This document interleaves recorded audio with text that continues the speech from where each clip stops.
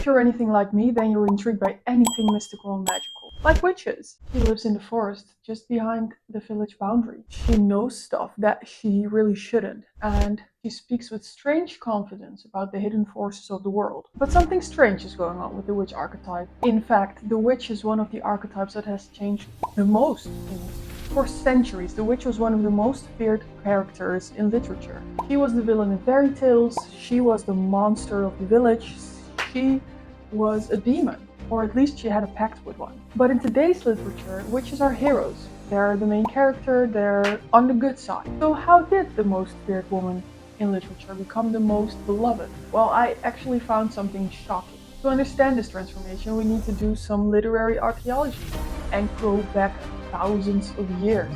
The very beginning. Way back in the day, before Christianity became a thing, there were already stories about magical women. The way they were portrayed, though, varied quite a lot. Across time, across cultures, across the world. For example, in Greek mythology, we have Circe, or Kirke, depending on who you ask.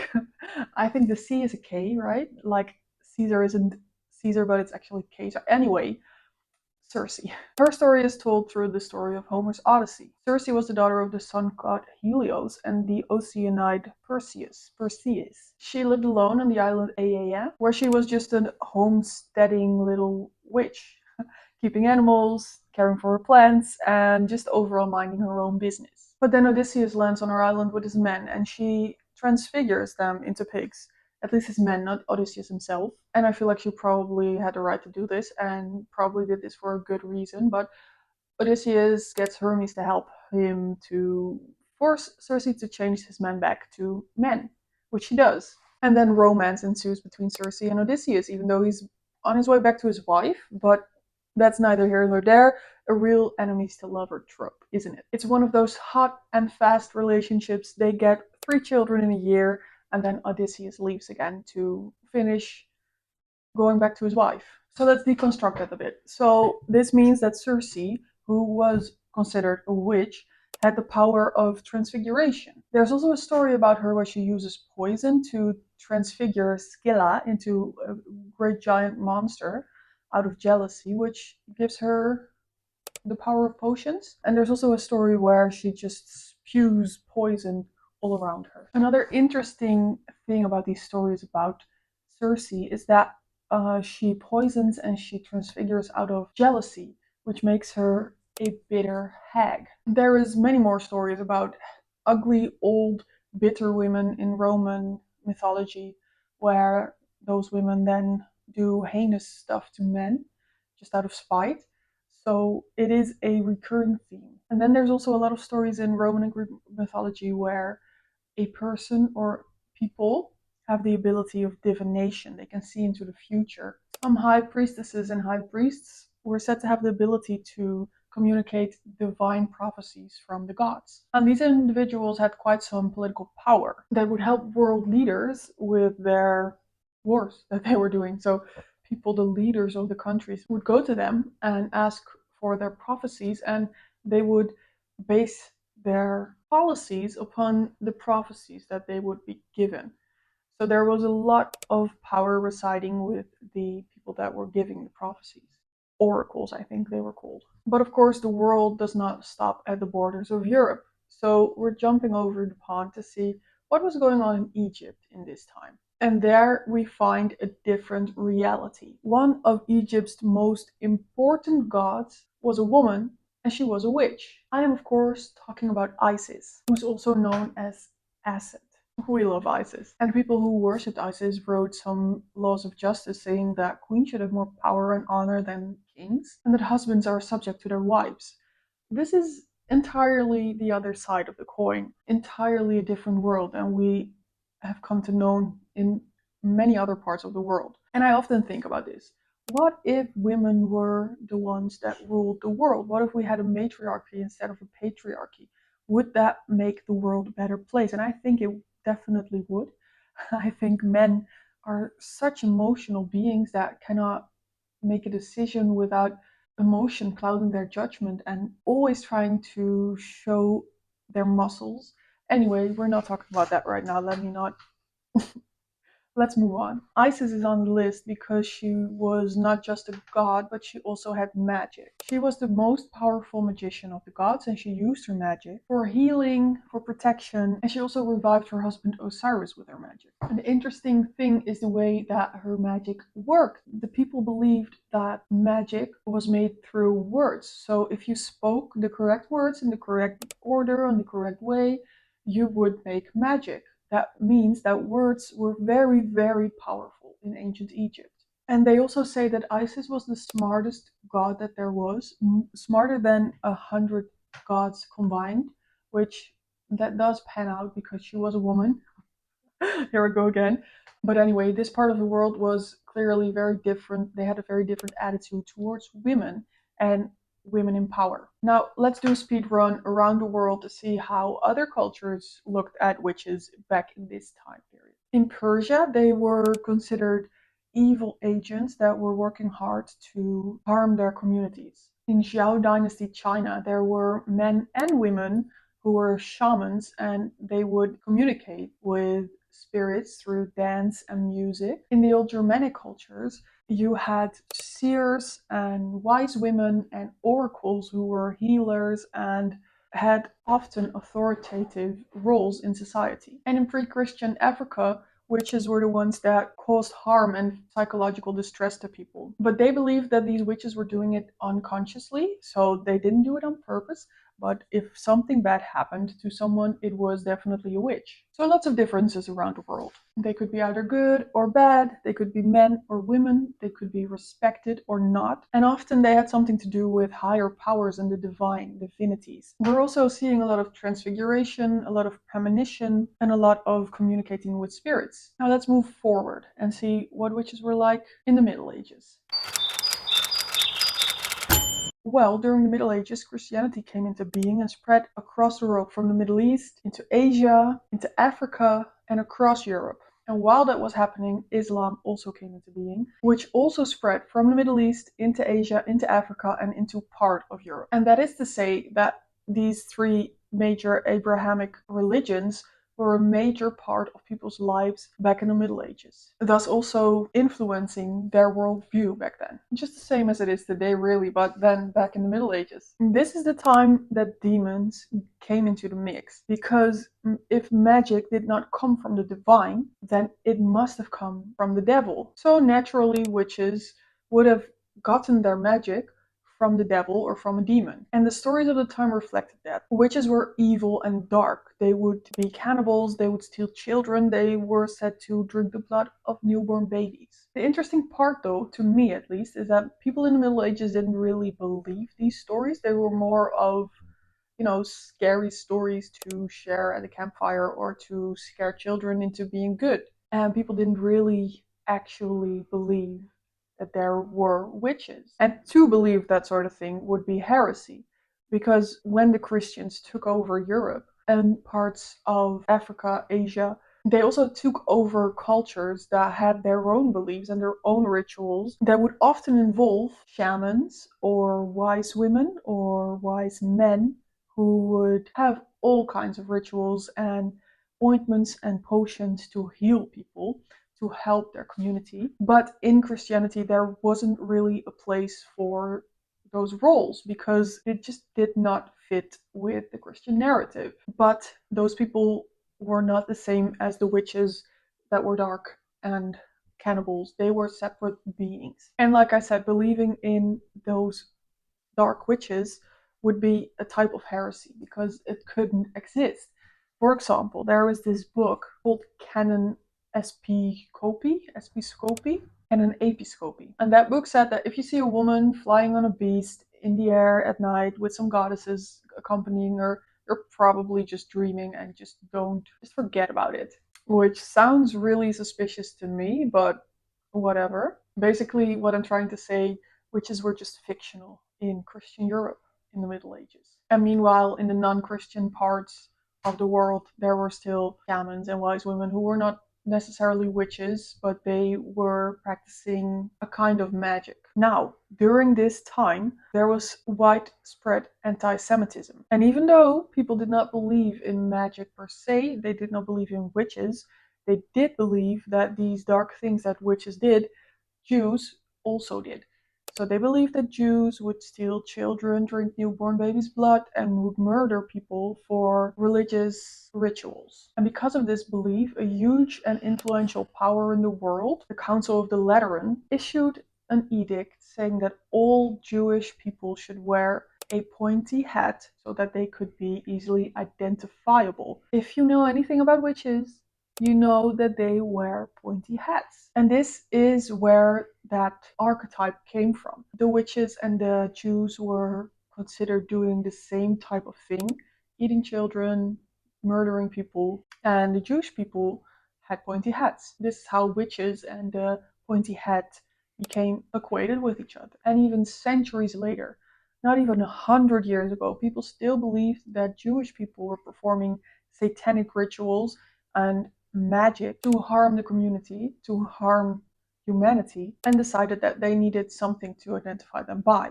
And even still to this day, people have this medieval belief. But for now, let us move to other parts of the world. In the Middle Ages, in the Arabic world, pre-Islamic beliefs such as jinn were blending into people's Islamic beliefs. Sorcery was believed to be real, dangerous, and often done by women. Stories often involved old crones who had made a deal with a jinn and had some forbidden knowledge, much like the witches of Europe and their pacts they would make with devils. For example, the Islamic epics contain a story about Anak, who is considered to be the very first witch. She was the daughter of the first man, Adam, and the first person to sin. She would do her sinful deeds in broad daylight. She was an evil temptress. Anak was a freak of nature. She was very ugly and deformed and full of sin, and she was the mother of the giant Ugg, who is said to be the only thing that survived the floods.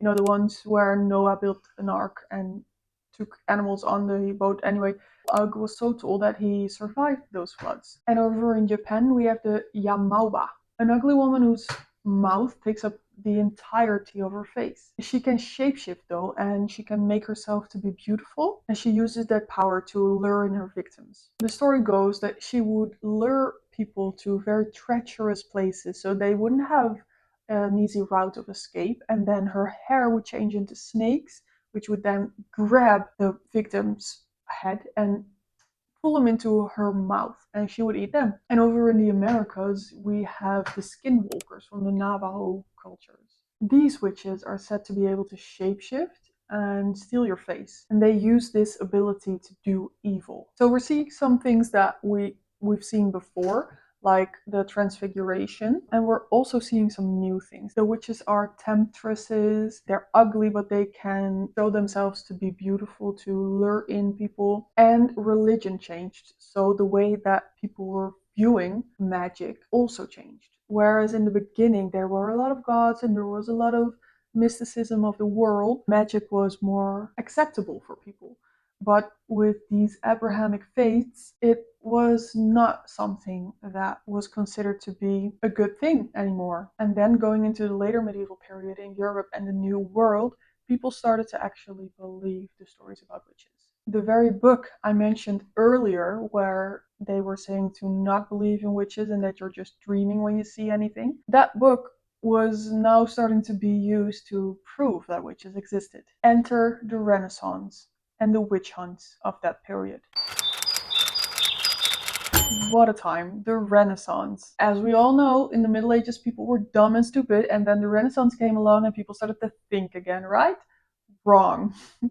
I actually thought this before I started looking into witches, and now I realize that it's actually probably the other way around. And of course, people have always been stupid and will always be stupid. But anyway, around this time of enlightenment and inventions, art and progress, there was also something called the Inquisition. And there was also a lot of witch hunts going on in the world. Basically, the established order tried to stop whatever was going on with the people that were starting to think.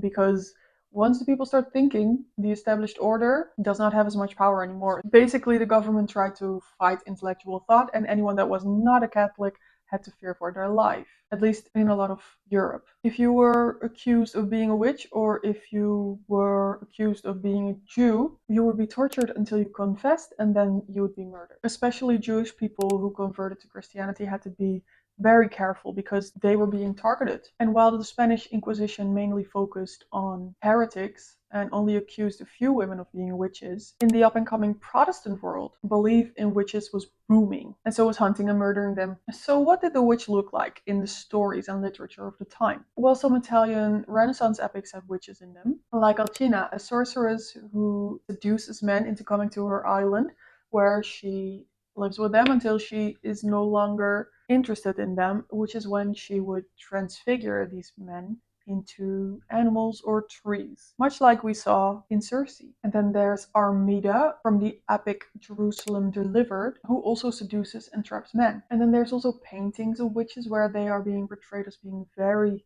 attractive. Take, for example, The Four Witches by Albrecht Dürer. There are four attractive naked ladies, and there are bones and skulls scattered around them. There's also, if you look closely, a devil watching these women. Back in this time, witches were considered to be especially dangerous because they could lure men, seduce men into doing some sinful acts for men. This connection between women's sexual nature and sin was thematic for many Renaissance artists, especially Christian artists, due to cultural beliefs which characterized women as being overtly sexual beings who were, in comparison to men, not very good at resisting sinful temptation. Anyway, so let's see what was going on in other parts of the world in regards to witches. Well, around this time in Ming Dynasty China, witches were seen as part of folk religion and thus a threat to the established order. But instead of just hunting witches down and murdering them, in China they understood that witches often were the healers of the communities. So they developed medicine alongside hunting and executing witches, of course. During this time, a lot of stories about witches stealing souls and threatening authority were widespread. People believed that witches could steal men's souls by cutting off their braids, which a lot of men, almost all men, wore those braids.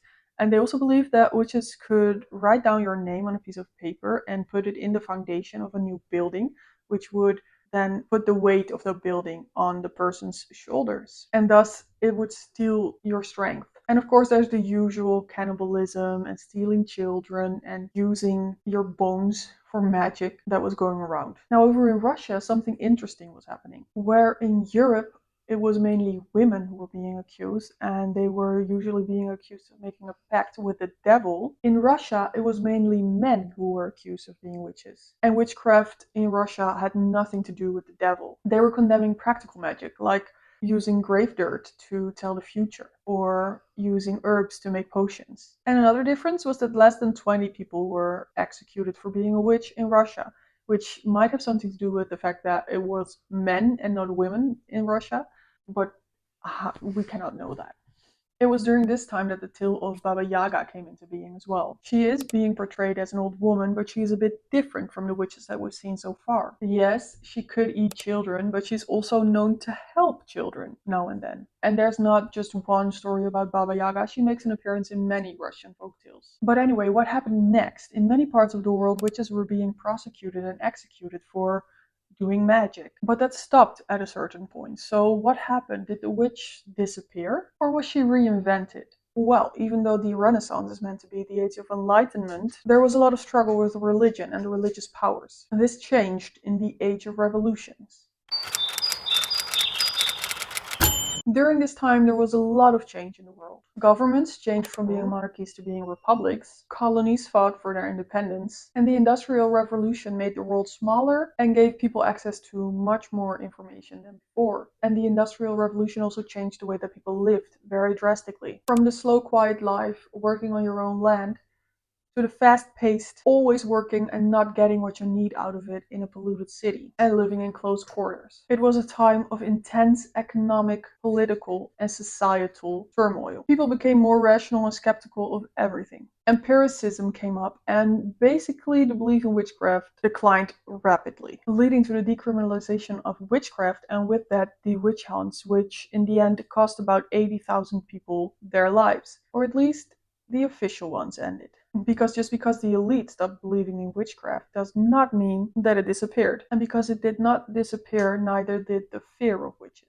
Especially in the rural, more traditional areas, people still very much believed in witches and would blame them for any and every type of crisis that there was. Spoiled crops, witches. Harmed livestock, witches.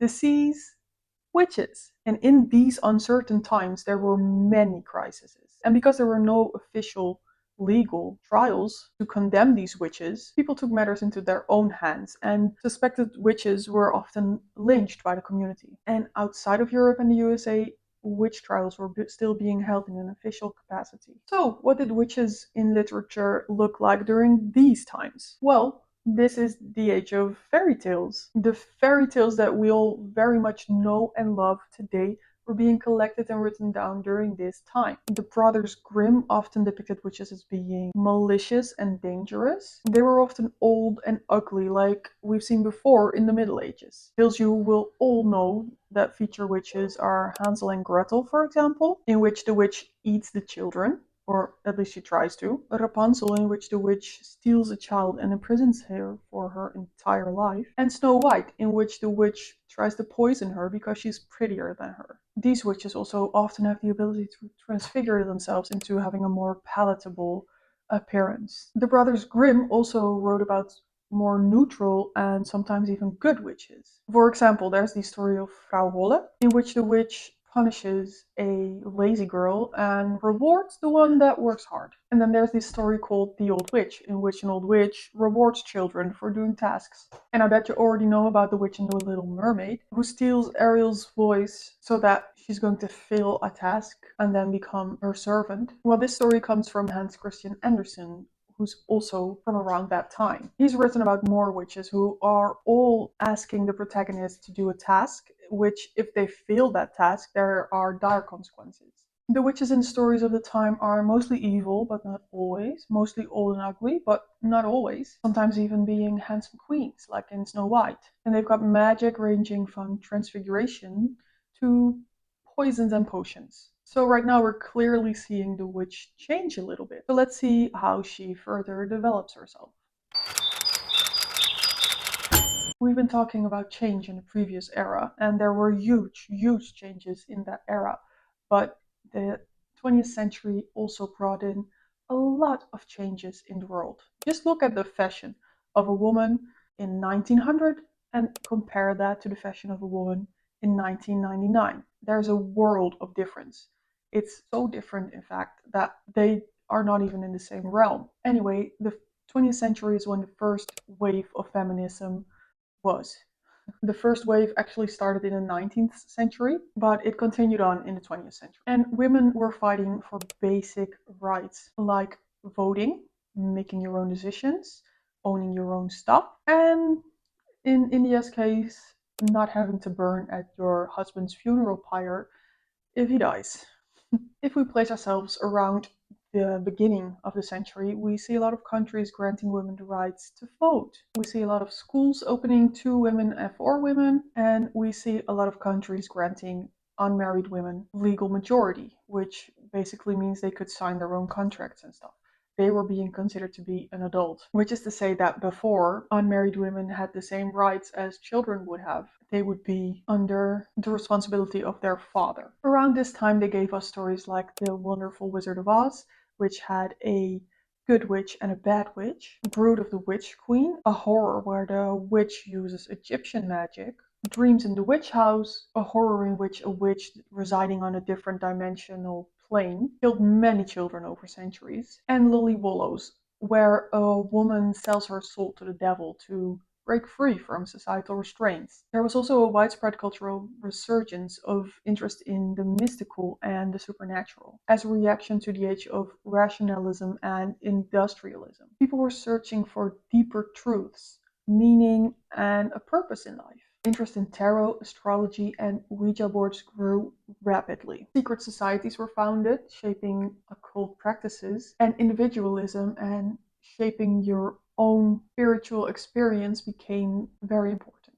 And then in the 30s, something happened that draws another parallel with witches. Before, in the other eras, people would blame witches for societal problems, while this time the Nazis blamed the Jews for any and every societal problem that was happening in Germany. The Jews were being dehumanized by displaying them as rats or spiders, and they were being blamed for diseases like typhus and tuberculosis. And they were also said to be money grabbing, leading to the economic collapse in Germany. They were said to be conspiring to gain power politically, and they were also being blamed for starting World War II. And it was said that they betrayed the Germans during World War I by fighting against them instead of with them. On top of that, as if it wasn't all enough already, they were also being accused of witchcraft.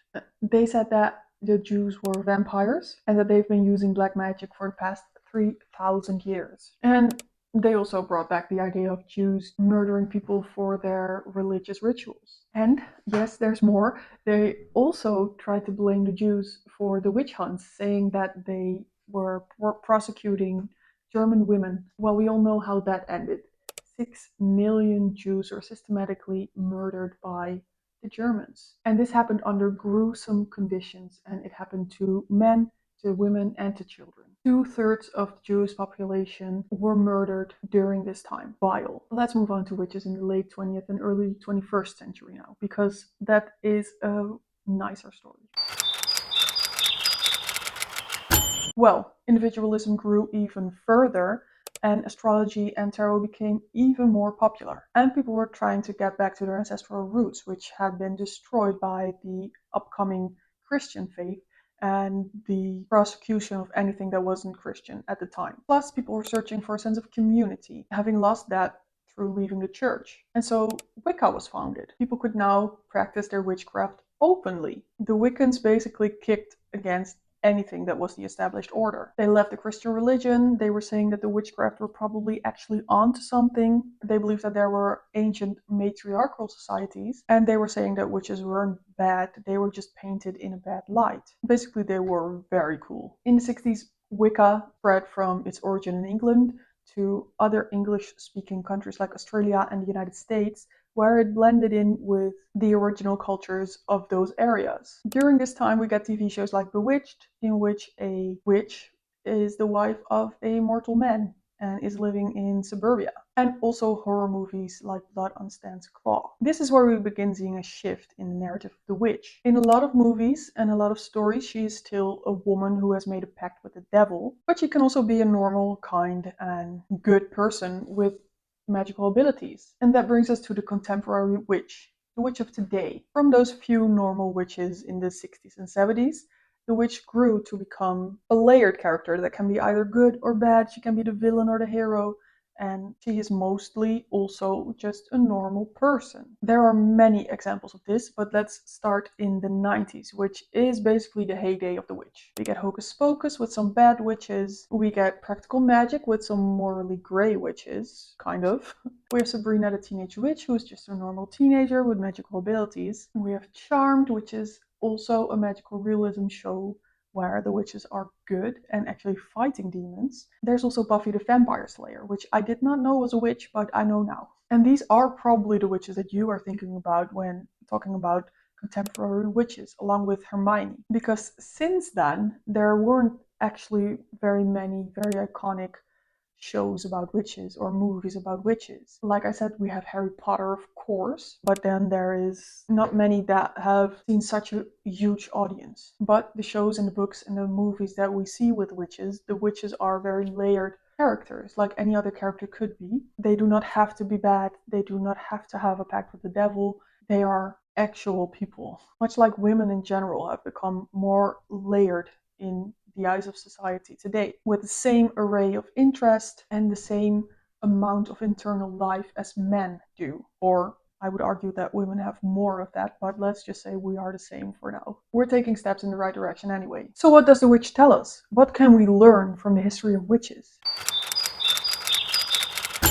Well, going into this, I expected to see a parallel between the way society sees women and the way witches are being portrayed in literature. And I did definitely find that. During the ancient times, women were more equal to men in many ways than they were later in history, except in the West. And the way that witches were being portrayed reflected that. Witches were powerful beings with connections to the divine. In the Middle Ages, some cultures saw witch stories as just that, stories, while in other cultures, witches were being welcomed into the communities as wise women and healers. During that time, women were legally dependent on men, but still had some influence through those men, or sometimes even on their own accord, and the stories reflected that. Things changed during the Enlightenment. Women were expected to be there in silence, to sit still and be pretty, to be proper and chaste. For example, the Ming period was marked by an intensified focus on patriarchal structures, and stories about witches were frequently used to warn against women who had their own individual influence. During this time, any woman that fell out of those societal constraints could be classified as a witch and burned at the stake. This was a time where women were really held back and marginalized. And we are still feeling that to this day. And the witches of the time were seen as temptresses, beautiful women who would lure men into sin. From the Age of Revolutions onward, women have been fighting very hard for their rights through feminism, and you can really see the change in the witch from that point onward as well. From being flat characters representing anything that men hate about women, they morphed into a more layered and versatile being that is just as diverse as women are in general. The only thing I would still like to see change in the witch as well, and something that I would like to see change for women as well, is the profile of superhuman that has been put upon them and us. The contemporary witch can do everything and has a lot of responsibility been put upon her. Just like women of this day and age are expected to be some kind of superwoman doing everything without complaining. Work, child rearing, the household, the mental load of everything about life, it's all been put upon women and upon the witches. Plus, the witches also have to fight evil. Like Hermione, working tirelessly to study hard, have a social life, and still having to resolve all the issues that are going on with Harry and fighting Voldemort. But there is another parallel that I found that I did not expect to find and did not know was there. There's another group that has been equated with witchcraft and demons, and that is the Jewish population. The stereotypical witch look comes from anti-Semitic regulations back in the day, and the Jews have been accused of actions that coincide with witchcraft. Also, witch gatherings have been called witches' Sabbaths as well, which comes from the Jews as well. And the most concerning thing about this is that I do not only see this parallel happening in the past, it is still happening to this day. People still believe that the Jews are trying to rule the world, that they are drinking children's blood to use in rituals, and it is concerning. And we do find that there are people doing these types of stuff through the Epstein files, for example. But people are also running with it and blaming the Jews for a lot of societal problems, which is very, very concerning. I am afraid of what might happen again if we do not learn from our past. Thank you for watching.